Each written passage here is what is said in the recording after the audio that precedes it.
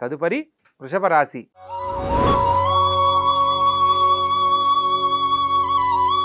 ఈ యొక్క వృషభ రాశి జాతకులను కనుక మనం పరిశీలించినట్లయితే తృతీయాధిపతి అయిన చంద్రుడు వాక్స్థానంలో సంచరిస్తున్న కారణంగా మీ యొక్క చక్కని ఆలోచన పరిజ్ఞానమే మిమ్మల్ని ఉన్నతమైన జీవితంలో స్థిరపడేలా చేస్తుంది. ప్రత్యేకంగా సంతాన భాగ్యం కోసం ఎదురు చూస్తున్న వారు ఆరోగ్య విషయంలో కడు జాగ్రత్తలు పాటించాలి. తల్లిదండ్రులు పిల్లల యొక్క భవిష్యత్తు సంబంధించి కొన్ని నిర్ణయాలను తీసుకునే అవకాశాలు ఈ వారం ఏర్పడతాయి. ప్రత్యేకంగా శారీరక శ్రమ పనుల ఒత్తిడి అధికమైనప్పటికీ మీ యొక్క కృషి పట్టుదలే మిమ్మల్ని విజయాన్ని పొందేలా నిలబెడుతుంది.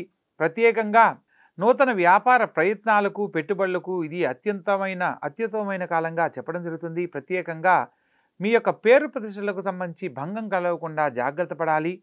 తొందరపాటు పనికిరాదు అన్న విషయాన్ని తెలుసుకొని నడుచుకోవాలి. మొత్తం మీద ఈ రాశి వారికి అన్ని రకాల యోగ్యతను పొందే అనుకూలత ఉంది. ప్రస్తుత కాలంలో గురుగ్రహానికి సంబంధించిన పరిహారాలు ఆచరిస్తే శుభం కలుగుతుంది.